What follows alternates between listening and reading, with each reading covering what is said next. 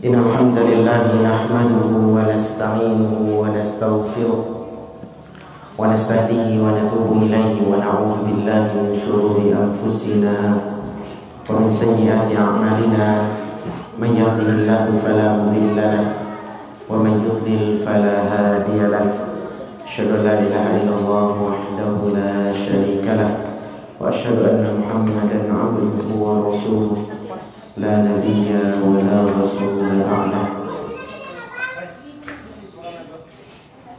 اللهم صل وسلم وزد وبارك وأنعم على حبيبنا مصطفى محمد وعلى آله وأصحابه وعلى من سار على نهجه وتمسك بسنته إلى يوم الدين.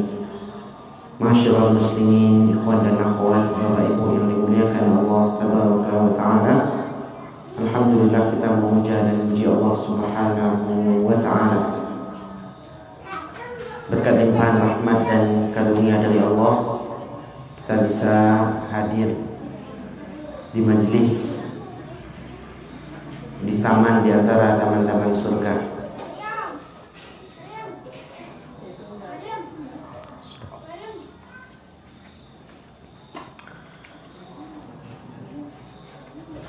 Semoga kehadiran kita di majlis ini membawa keberkahan di dalam kehidupan kita. Allah berikan kita ilmu yang bermanfaat, amalan yang diterima hendaknya. Amin ya rabbal alamin. Kemudian salawat dan salam semoga senantiasa tercurah kepada Nabi kita Nabi Muhammad sallallahu alaihi wasallam. Allahumma salli ala Muhammad wa ala ali Muhammad. Ma'asyiral muslimin, Bapak Ibu, para pemuda yang semoga Allah rahmati dan Allah berkahi.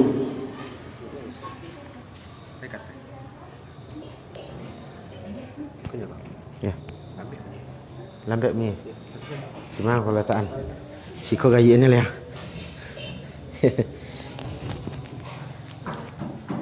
Jemaah yang dimuliakan Allah Subhanahu wa Ta'ala,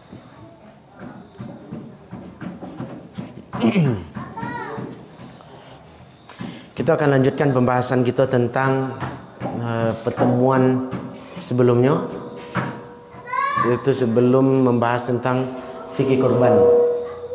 Apa pembahasan kita? Wasiat terakhir atau wasiat perpisahan Rasulullah sallallahu alaihi wasallam. Kita telah menjelaskan tentang bentuk gambaran dari wasiat Rasulullah, bahwa wasiat Rasulullah sallallahu alaihi wasallam ketika perpisahan atau wasiat perpisahan Rasulullah itu memberikan dampak kepada para sahabat. Apa dampaknya, Batang? Apa dampak dari wasiat ketika Nabi menyampaikan wasiat itu? Bagaimana kondisi para sahabat ketika itu? Sedih, takut, alai. Ada dua sifat Batang di dalam nasihat Nabi, atau dua bentuk sifat nasihat Nabi yang terjadi di tengah-tengah para sahabat. Ketika Nabi sallallahu alaihi wasallam menyampaikan nasihat itu, maka para sahabat berubah. Ada dua dampaknya. Yang pertama apa? Wajilat minhal qulub, membuat hatinya gemetar. Wa dharafat minhal uyun, membuat air matanya mengalir. Ya, membuat air matanya mengalir. Itu bentuk nasihat. Dan seharusnya seperti itulah kita, Bapak Ibu sekalian, para pemuda, kawan, ketika kita mendengarkan nasihat, baik itu kita diingatkan atau kita dimotivasi, maka hendaknya hati kita lembut, hati kita lunak.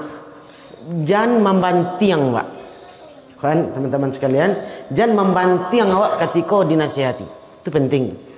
Kalaulah membanting kita dinasihati, jamaah sekalian, maka kita dicap di dalam agama kita seperti orang sombong. Seperti orang sombong.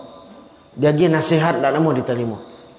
Sebagaimana Nabi sallallahu alaihi wasallam pernah mengatakan makna dari sombong. Dalam sebuah hadis Nabi mengatakan al-kibru batarul haqq wa ghamtun nas. Sombong itu menolak kebenaran. Nah, kinilah dinasihati gitu, Pak.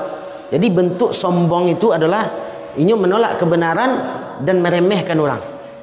Nah, itu sombong, Pak.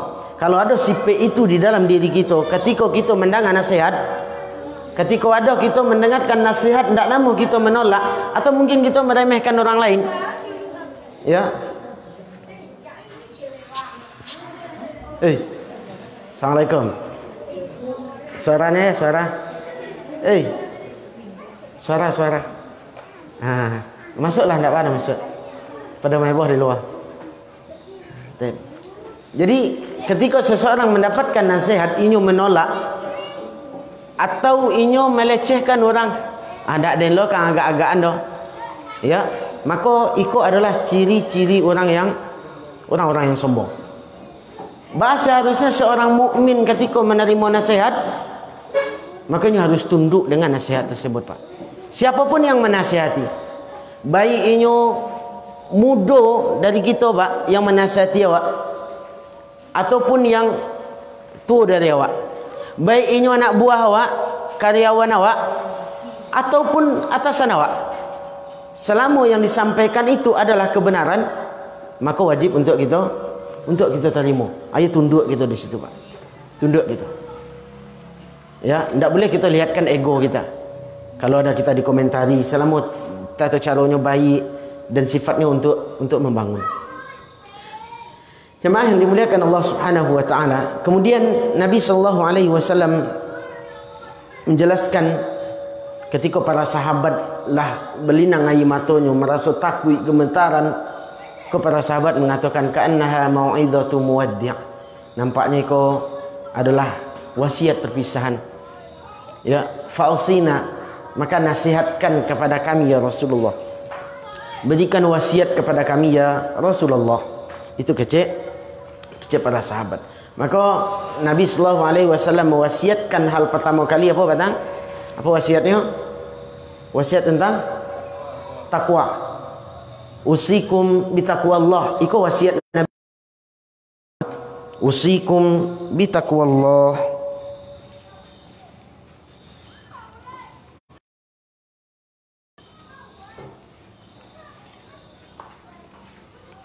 Cek.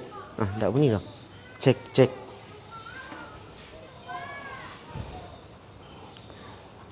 Kecek Nabi. Usikum bitaqwallah. Saya wasiatkan kepada kalian agar kalian bertakwa kepada Allah. Jadi wasiat Nabi yang pertama itu, Bapak Ibu sekalian, adalah tentang takwa. Dan kapatang kita lah jelaskan mengapa wasiat Nabi itu yang pertama takwa. Apa alasannya, Batang? Apa alasannya? Apa alasannya kenapa Nabi mewasiatkan hal yang pertama kali diwasiatkan dari Nabi adalah takwa? Mangga ndak yang lain saja? Rajinalah solat. Mangga kau ndak disuruh berbaktilah ke orang tua. Mangga kau ndak disuruh rajinalah menuntut ilmu. Tapi Nabi ndak menyuruh hal demikian. Nabi menyuruh takwa. Apa alasannya? Apa alasannya? Saya yang tahu. Ada ketang kita sabuin mah. Ai kok diujian kan ya rosip pas ada mah. Kenapa? Dimudahkan rezeki, ahsan. Barakallahu fiik. Kenapa? Kebahagiaan dunia dan akhirat. Iya. Karena salah satunya takwa itu untuk mendapatkan kebahagiaan di dunia dan akhirat. Kemudian untuk dilancarkan rezeki, ya, bahkan untuk kebahagiaan di dunia, untuk malapehen di dunia kau, untuk menuju ke akhirat, kita butuh takwa. Dan mengapa amalan-amalan tidak disebutkan, hanya menyebutkan takwa, jemaah sekalian? Karena seluruh amalan soleh yang dilakukan itu tercakup di dalam takwa. Masuk ke dalam takwa. Orang yang rajin beribadah karenanya bertakwa. Orang yang rajin salat karenanya bertakwa. Anak yang berbakti kepada orang gaibnya karenanya bertakwa. Orang yang rajin menuntut ilmu karenanya bertakwa. Apapun bentuk amal solehnya jemaah sekalian, kawan-kawan, maka itu mencakup di dalam ketakwaan. Ya. Cek, cek, cek, cek. Jemaah yang dimuliakan Allah Subhanahu wa taala. Kemudian apa definisi takwa? Apa arti dari takwa? Karena kita sering mendengar bahasa takwa, ikhwan. Kita sering mendengar takwa. Bertakwalah, bertakwalah. Apa arti takwa? Takut kepada Allah. Takut kepada Allah, yang lain. Ya.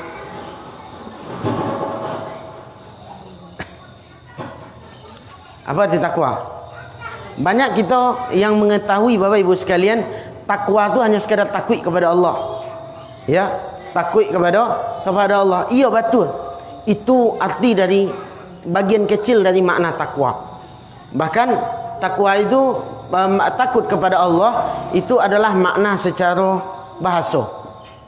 Adapun makna yang menyeluruh, takwa saja belum sempurna makna dari ketakwaan. Takwa saja belum sempurna makna dari ketakwaan. Ada salah seorang ulama yang bernama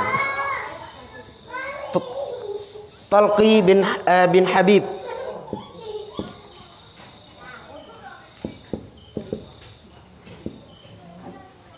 Talaq bin Habib. Kalau benar baca nak, kalau dah Arab kau. Dak bahasa sana kan agak dah. Ya, Talaq bin Habib, kau salah seorang ulama, beliau mendefinisikan takwa. Kata beliau, at-taqwa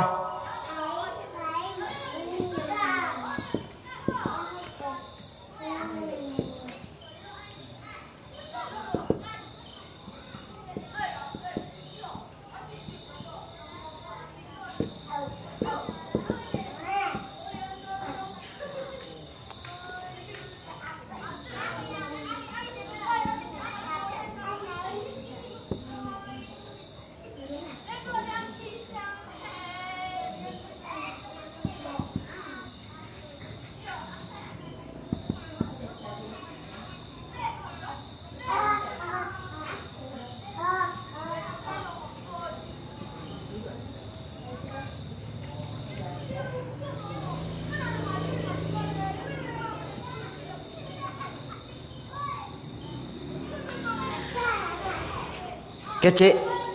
Talaq bin Habib, makna dari takwa itu Bapak Ibu sekalian, ikhwan-ikhwan, an ta'mala bi ta'atillah. An ta'mala bi ta'atillah. Artinya, silakan dicatat, engkau melakukan ketaatan kepada Allah. Melakukan ketaatan.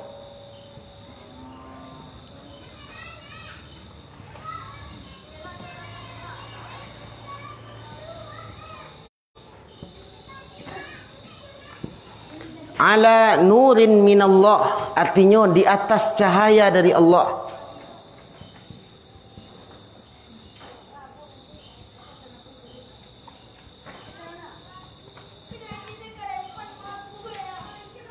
Kemudian yang ketiga, tarju thawaballah, artinya mengharap pahala dari Allah.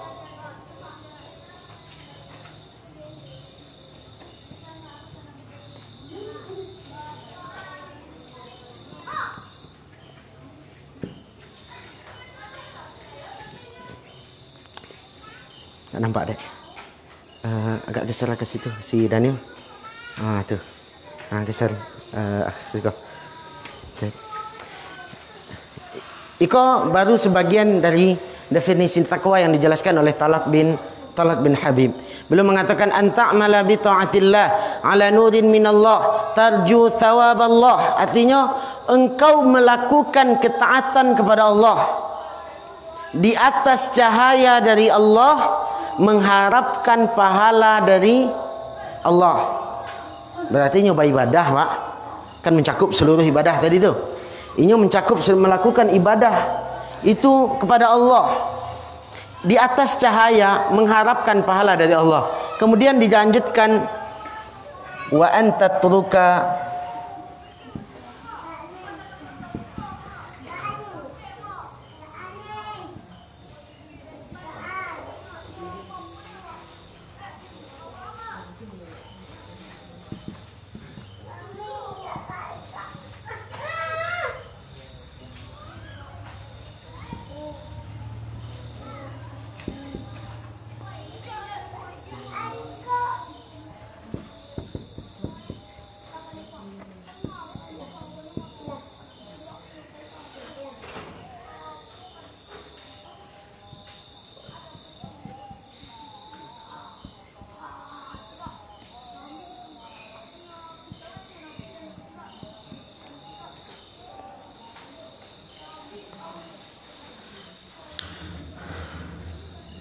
Kemudian lanjutannya, antatruka maksiatallah, engkau meninggalkan maksiat kepada Allah. Meninggalkan maksiat. Kalau tadi melakukan apa? Ketaatan. Kalau kau meninggalkan maksiat kepada Allah. Kemudian ala nurin minallah, sama di atas cahaya dari Allah. Di atas cahaya dari Allah. Takhafu adzaballah, karena takut dengan azab Allah.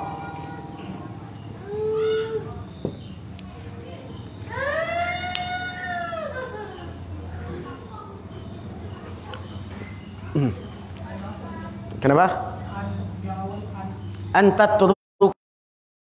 Antatruka maksiatallah ala nurin minallah takhafu azaballah.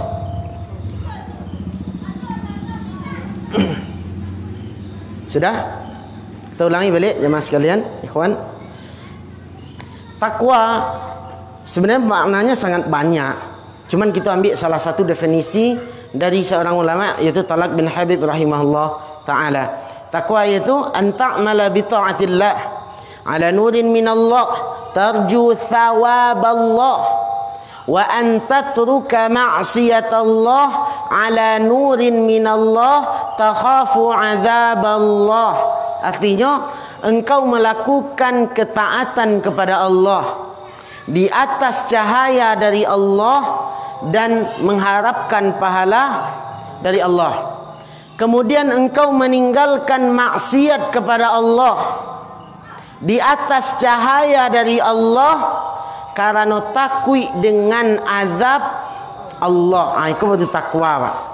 Itu baru takwa. Sekarang kita akan jelaskan ada 6 unsur di dalam definisi takwa.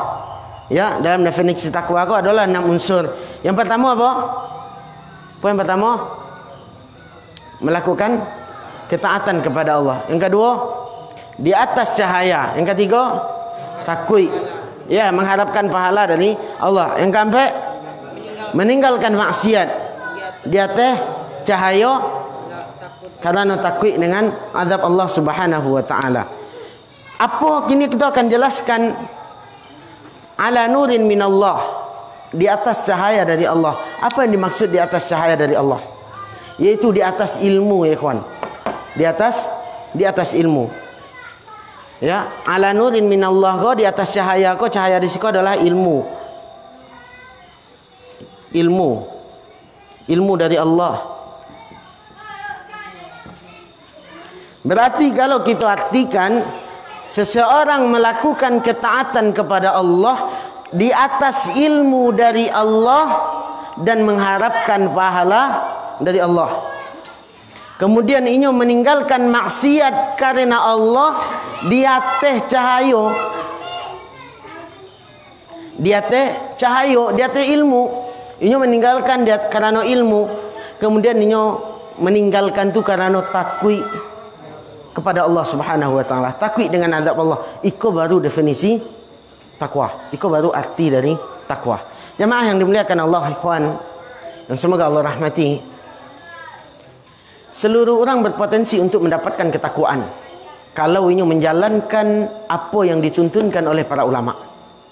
Baik ini orang muda, si remaja, pemuda, orang dewasa, lah tua, padusi, laki-laki. Kalau ini menjalankan seluruh maksud dari takwa tadi, maka ini berpeluang mendapatkan ketakwaan.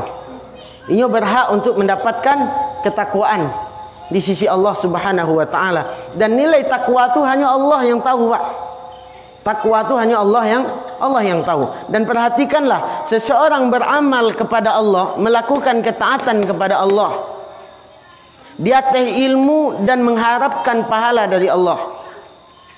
Inyo beramal kok, Pak. Ikhwan, inyo beramal kok di atas cahaya, di atas ilmu, bukan asal beramal. Kok penting? Karena asas amalan, pondasi amalan itu harus dibangun di atas ilmu. Ilmu dari Allah apa maksudnya itu Al-Quran. Hadis Nabi SAW tuntunan agama kita. Maka ketika inyo menjalankan ketaatan kepada Allah, maka inyo harus didasarkan dengan ilmu. Harus ada tuntunannya dari Al-Quran dan hadis. Apapun bentuk amalannya. Apapun bentuk amalannya. Maka seseorang kalau beramal indak berdasarkan ilmu agama, indak dibangun amalannya di atas ilmu, makanya belum dikatakan orang yang bertakwa. Meskipun inyo manggu-anggu sekancang indak, meskipun inyo rukuk tagak sebanyak indak, kalau yang inyo lakukan tu indak di atas ilmu, indak berdasarkan tuntunan agama, maka inyo belum dikatakan beramal dan inyo ndak akan pernah mendapatkan ketakwaan. Sampai sini paham? Kita ulangi, orang yang beramal indak di atas ilmu, maka itu belum dikatakan melakukan ketaatan kepada Allah. Bisa jadi itu berbalik pak menjadi maksiat kepada Allah. Dan orang yang mengamalkan agama amalan indak di atas ilmu, meskipun banyak, maka dia tidak akan pernah mendapatkan ketakwaan di sisi Allah Subhanahu wa taala. Makanya mengaku takwa kau menjadi pusat pertama pak, wasiat Nabi yang pertama yang disampaikan kepada para sahabat. Tidak solat, itu rahasianya. Kemudian untuk menjalankan poin pertama dan kedua, untuk menjalankan melakukan ketaatan kepada Allah di atas cahaya dari Allah, itu butuh yang ketiga pak, tarju thawab Allah. Inyo mengarajo nikoah, poin pertama dan kedua itu mengharapkan pahala dari Allah. Berarti mengharapkan pahala dari Allah. Lawannya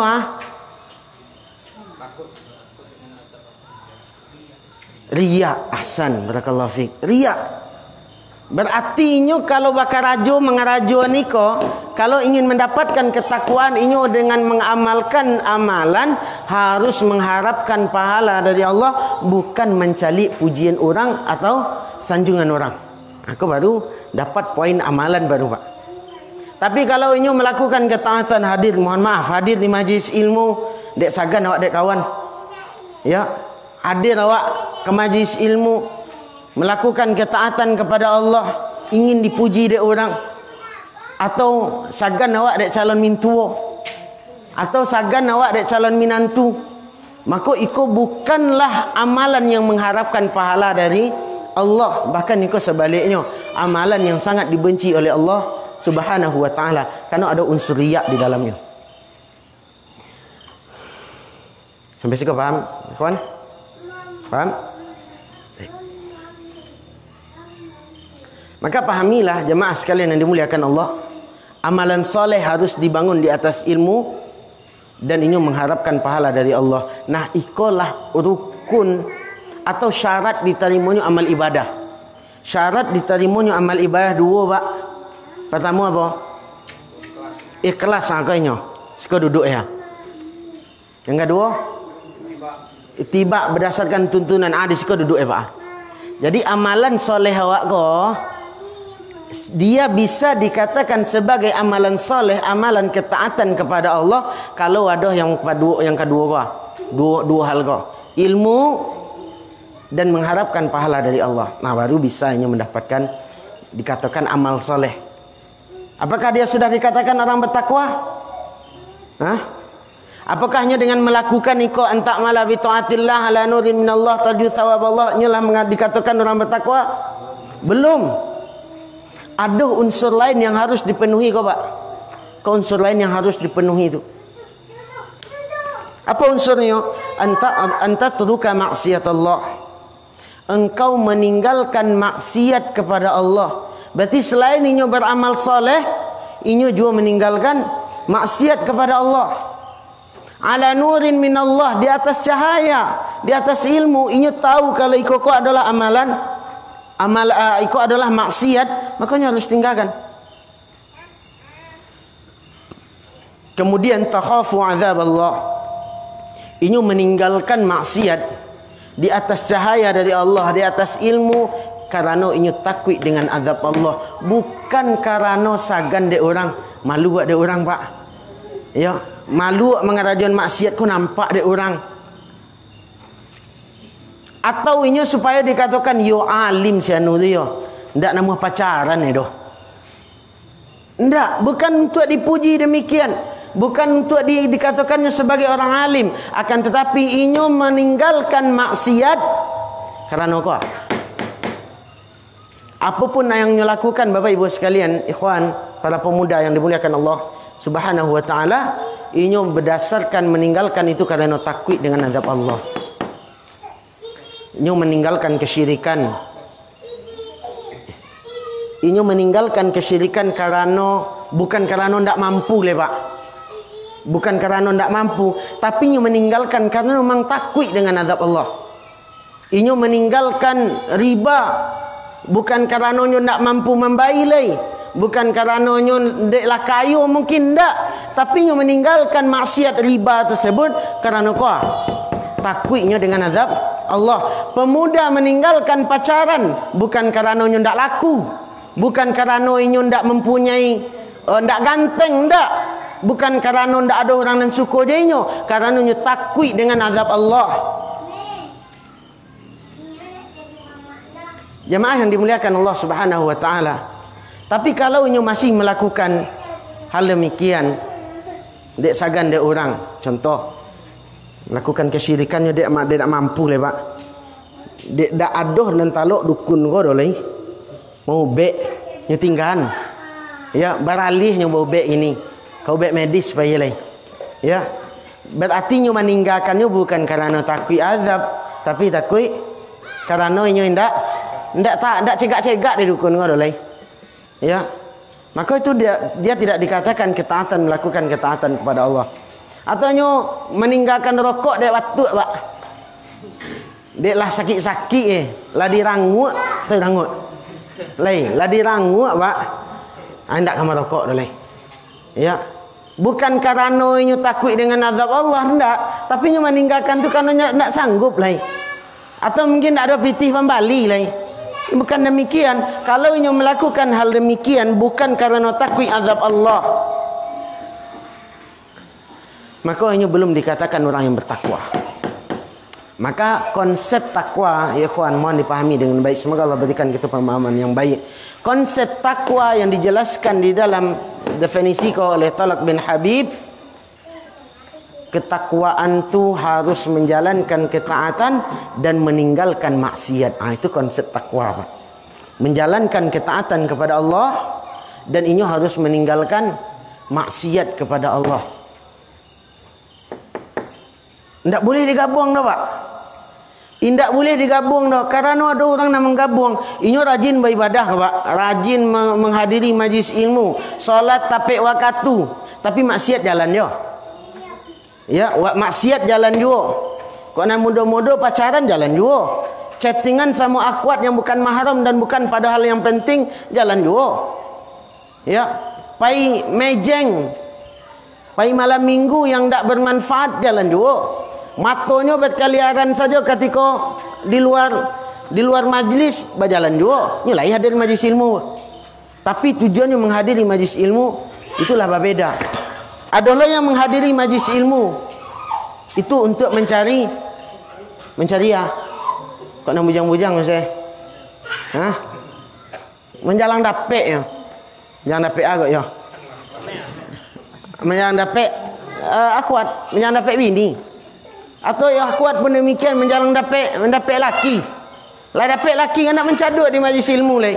Itu berarti inyo menghadiri majlis ilmu selama itu bukan tarju thawab Allah, bukan mengharapkan pahala dari Allah, tapi mengharapkan laki atau bini. Artinya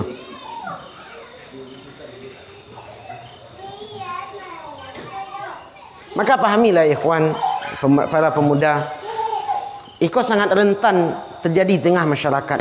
Kadang orang bangga Pak, inilah menjalankan ketaatan.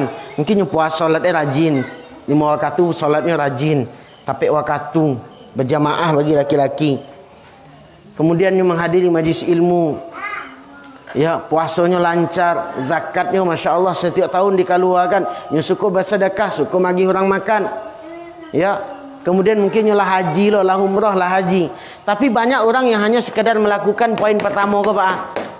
Poin pertama kau saja yang lakukan, tapi masih melakukan maksiat kepada Allah. Maka kita katakan maksiat dan ketaatan tu tidak bisa digabungkan. Untuk mendapatkan ketakwaan, makanya harus dipisah antara ketaatan dan maksiat kepada Allah Subhanahu wa taala. Kita ulangi, untuk mendapatkan ketakwaan ini harus memisah antara ketaatan dan maksiat. Tak boleh nyu kerajuan sekali kedua dah. Tak boleh nyu kerajuan sekali kedua dah. Harus nyu kerajuan dan ketaatan dan nyu tinggalkan maksiat kepada Allah. Kalau itu yang dikerajukan Bapak Ibu sekalian, para pemuda, ikhwan, maka nyu akan mendapatkan gelar takwa di sisi Allah Subhanahu wa taala. Kau paham, Pak? Paham? Paham? Jemaah yang dimuliakan Allah Subhanahu wa taala, maka konsep takwa di dalam agama waktu, Pak, ia butuh kepada latihan. Ya, ini harus menumbuhkan rasa takwi kepada Allah. Ini harus menumbuhkan rasa takwi dengan azab Allah Subhanahu wa taala. Tapi kalau tidak ada rasa takwi dan tidaklah berharap pahala dari Allah setiap amalannya, maka ini bukanlah orang-orang yang masuk ke dalam kategori takwa. Ya, ini tidak masuk ke dalam kategori takwa. Dan takwa kan tidak mudah, Pak. Butuh proses. Makanya dijelaskan oleh para ulama berdasarkan definisi yang disampaikan oleh Talak bin Habib. Untuk menggapai derajat takwa, Pak, silakan dicatat. Untuk menggapai derajat takwa itu butuh ilmu agama.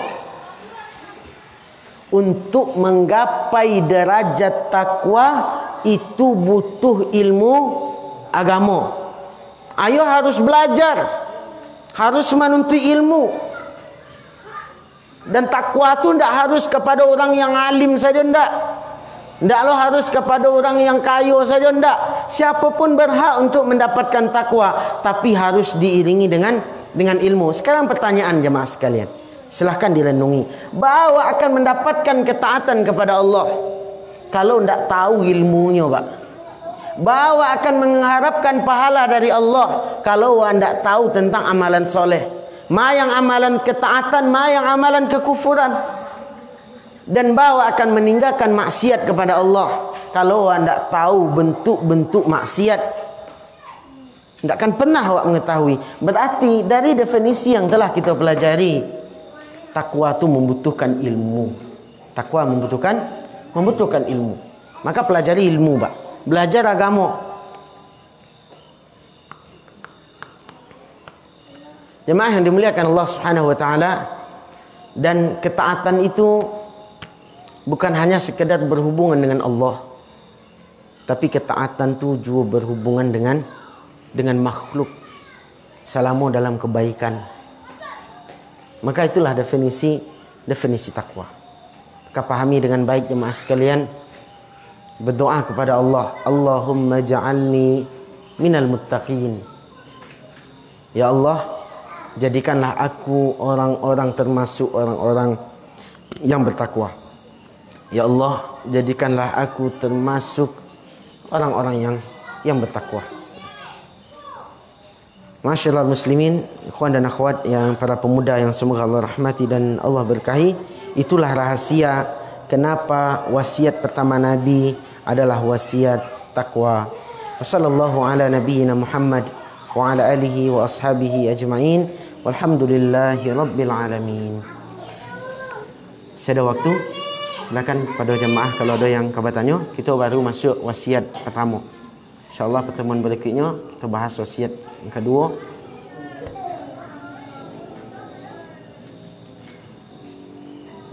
Silakan, Pak, kalau ada yang bertanya. Masih ada waktu 3 minit lagi. Sudah selesai yuk.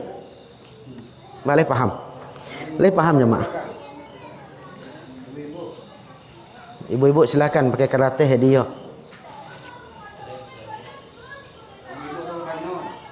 Kau apa lah pahaman Pak ada mah.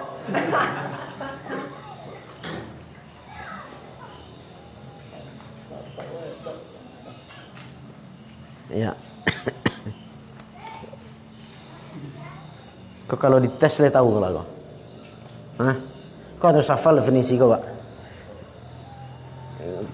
Pak dikasih tugas. Oh, jangan dihapus, Bu. Nah, jadi kau harus hafal definisi takwa. Pakai bahasa Arabnya. Ya. Ambo bacakan. An ta'mala bi ta'atillah ala nurin minallah tarju thawaballah wa an tatruka ma'siyatallah ala nurin minallah tarju takhafu 'adzaballah. Hafalah. Alam lagi. Berarti pekan mungko harus hafal. Artinya harus hafal. Besok disuruh tegak surang-surang ke mungko. Hah? Iya, dia bahasa Arab lah. Pendek ana monggok. Iya, ana monggok sabakan ciek saring. Songgok saring dah bisa. Anta mala bi taatillah hari Jumaat. Sabtu ala nurin minallah. Ahad tarju thawaballah. Senayan anta turuka maksiatallah. Selasa ala nurin minallah. Raba'a takhafu azaballah. Apa lebih hari cie? Tak bisa. 2 hari lah lebih. Jumaat siang masih ada. Jumaat siang hari Kamis tu gambar. Jumaat siang hari Kamis tu menghafal artinya. Yang hafal nanti disediakan hadiah panitia. InsyaAllah. Ya, silakan. Baik, mengenai takwa Ustaz. Kan Ustaz tadi menyebut kita harus belajar ilmu agama untuk mencapai derajat takwa. Jadi ilmu apa yang harus kami pelajari dasar? Ilmu apa yang harus kami pelajari yang penting? Ya. Kan banyak ilmu-ilmu juga. Itu ya. Berarti ilmu apa yang harus kita pelajari? Seluruh ilmu agama, ya, yang berdasarkan tahapan-tahapannya. Karena ilmu agama kok dia pelajari seluruhnya, Pak, tak cukup di umur dah, Pak. Iya, tak cukup di umur dah, Pak. Apalagi kok hanya setengah jam, berapa kali sabakan? 3 kali sabakan. Setengah jam atau 45 menit, 45 menit. Ya, untuk mempelajari agama, tak bisa. Berarti kita harus pandai menggunakan waktu untuk belajar agama. Ambil pokok-pokok dasar. Berkenaan yang pertama sekali pembahasan tentang akidah itu penting. Pelajari tentang akidah. Pelajari tentang tauhid. Kemudian amalan harian awak, Pak. Amalan-amalan harian. Maka salah seorang ulama yang bernama Fudail bin Iyad. Ya, Fudail bin Iyad mengatakan, kullu amalin kana 'alaika fardun fa talaba 'ilmihi fardun. Kullu amalin kana 'alaika fardun fa talaba 'ilmihi fardun. Setiap amalan yang diwajibkan kepada engkau, maka menuntut ilmunya wajib. Kita ulangi, setiap amalan yang diwajibkan kepada engkau, maka menuntut ilmunya wajib. Anda bisa diwakilkan, Pak. Oh, ambo ada absen kini sekali yo. Enggak bisa. Lebihna ke kawan yo. Enggak bisa. Apa contohnya? Akidah, Pak. Keyakinan awak. Enggak bisa kita wakilkan kepada yang lain. Maka belajar wajib untuk mempelajari akidah yang benar. Mempelajari tauhid yang benar. Mempelajari tata cara ibadah yang benar. Harus. Fikihnya. Apapun yang diwajibkan kepada awak, Pak. Dan ternyata kalau dicali, Pak, para pemuda, ikhwan, kalau dicali dari segi amalan, lebih banyak amalan yang wajib kepada awak daripada amalan yang sifatnya jama'i. Ini kan ada wajib ain, ada wajib kifayah atau fardu ain, fardu kifayah. Lebih banyak yang fardu ain daripada fardu kifayah yang terjadi di tengah-tengah masyarakat awak. Contohnya akidah.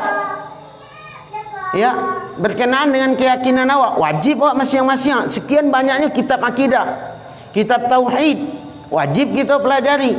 Maka ambil yang dasar-dasar dahulu, Pak. Ambil yang dasar-dasar dulu. Hobi membaca itu penting. Karena kalau hadir di siko saja terbatas.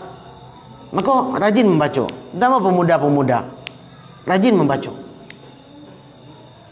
Kemudian berkenaan dengan ibadah awak, tata cara wuduk contohnya, tata cara basuci contohnya, itu tidak bisa diwakilkan ke kawan dok. Abasuha untuk gak litigo kaya untuk dan cik lebihan, tidak bisa. Bauduk betul lebihan 5 ya akhir makocik, tidak bisa. Berarti wajib kita untuk mempelajari. Karena dengan mempelajari ilmu agama baru kita bisa menjalankan ketaatan kepada Allah. Salat demikian, bacaannya harus tahu. Kok patang membahas di siko tentang air baru fikih ya. Padahal fikih itu banyak, Pak, banyak, sangat luar biasa. Sampai nanti ke pembahasan jihad, membahas air saja sekian kali pertemuan. Membahas air saja itu sekian kali pertemuan. Maka kalau diandalkan hanya sekadar hadir di majlis ilmu itu belum cukup. Maka baca, harus rajin membaca. Nanti yang tak paham, baru kesempatan menghadiri dan bertanya di majlis ilmu. Seperti itu. Alai kok nak bujang-bujang kan nikah, ada ilmunya. Wajib awak mempelajari. Ada ilmu tentang nikah. Tidak bisa diwakilkan dok. Iya Pak, tidak bisa diwakilkan. Wakilkan lah nikah den. Kok wali ya bisa diwakilkan Pak. Kok akad berumah tangga tidak bisa diwakilkan. Kau wakilkan ke kawan, nyelapi lagi kawan. Tidak boleh jemaah sekalian. Iya.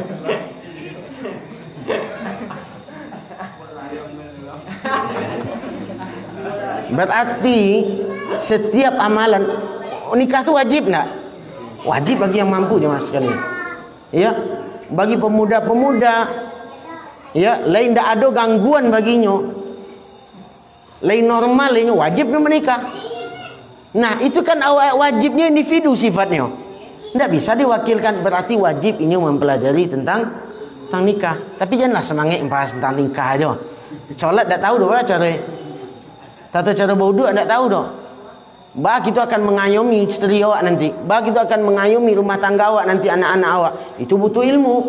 Berarti setiap amalan yang diwajibkan kepada awak, maka menuntut ilmunya wajib. Artinya kau pahami itu. Jadi kau hadir di majlis ilmu, kini hadir besok enggak, ya banyak absennya daripada hadirnya. Padahal 3 kali sabakannya, nah sampai hari itu, atau bermaksiat banyak misalnya, tidak bisa. Makanya tidak akan pernah dapatkan atau menggapai derajat takwa di sisi Allah Subhanahu Wa Taala. Maka pahami ilmu-ilmu dasar, fikih dasar, mulai dari kitab Thaharah, ya bahas tentang, kita harus punya kitab yang dasar-dasar lah, yang harus kita baca. Kemudian tidak tahu kita tanya.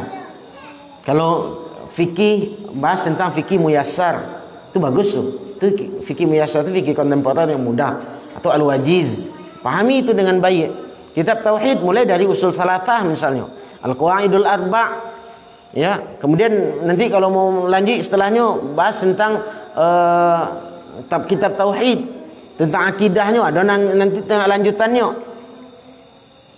Ada nanti membahas nawaqidul Islam, pembatal keislaman. Banyak orang Islam yang tidak tahu kalau Islamnya adalah batal. Kenapa? Karena melakukan pembatal tadi. Akan penting kita melakukan dan menuntut ilmu. Maka sebenarnya jemaah sekalian, ikut wasilah, ikut wawasan awak, tapi jangan mengandalkan majlis ilmu saja. Apalagi kalau hanya mengandalkan majlis ilmu lewat media, orang cari YouTube lah, ya, majlis YouTubiah, bukan majlis ilmu, majlis YouTubiah. Belajar dari majlis YouTube, ya, tiap buka YouTube akhirnya kena syubhat, ya, malah menuntut ilmu lagi. Orang yang pelajari YouTube tu hanya, atau media tu, teknologi itu hanya sekedar wasilah, tapi itu bukan pokok. Pokoknya dia menghadiri majlis ilmu. Maka pahamilah jemaah sekalian, sabarapun canggihnya teknologi, yang namanya keberkahan majlis ilmu tidak akan pernah dapat di teknologi itu, Pak. Di mana keberkahan majlis ilmu itu dapat? Ayo menghadiri majlis ilmu kok. Sabarapun canggihnya, kan ginilah terbukti kok. Dengan kondisi corona kini harus dialihkan pembelajaran pendidikan harus lewat teknologi, lewat media sadonyo. Apa yang terjadi? Tidak maksimal. Kama kawatannya, bapak tuana betul sakit ya. Kirim lagi. Kerajaan tugas kirim lagi. Makanya seberapapun canggihnya teknologi, yang namanya menghadiri majlis ilmu, keberkahan yang ada di situ tidak akan pernah didapatkan di teknologi tadi, di alat-alat media tadi. Maka jangan jadikan teknologi itu sebagai dasar untuk menuntut ilmu. Harus hadir di majlis ilmu. Wallahu a'lam bissawab. Itu wasiat pertama. Mudah-mudahan kita menjadi orang-orang yang bertakwa. Pahami dengan baik, ilmu bukan hanya sekedar dicatat, ilmu bukan hanya sekedar wawasan, tapi ilmu diamalkan. Yang sangat penting di dalam pembahasan takwa kau Bapak Ibu sekalian adalah poin kau tarju thawaballah wa takhafu azaballah.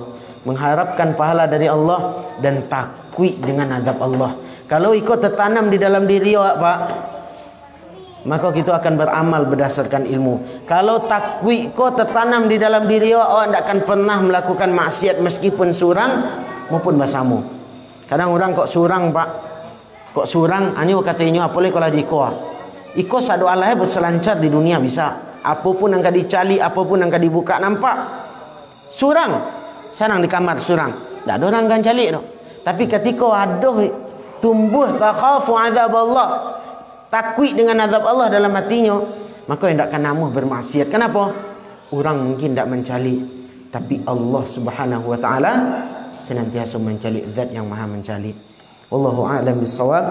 Sallallahu ala nabiyyina Muhammad wa ala alihi washabihi ajma'in. Tertutup dengan doa kafaratul majlis. Subhanakallahumma bihamdik, asyhadu an la ilaha illa anta astaghfiruka wa atubu ilaik. Wassalamualaikum warahmatullahi wabarakatuh.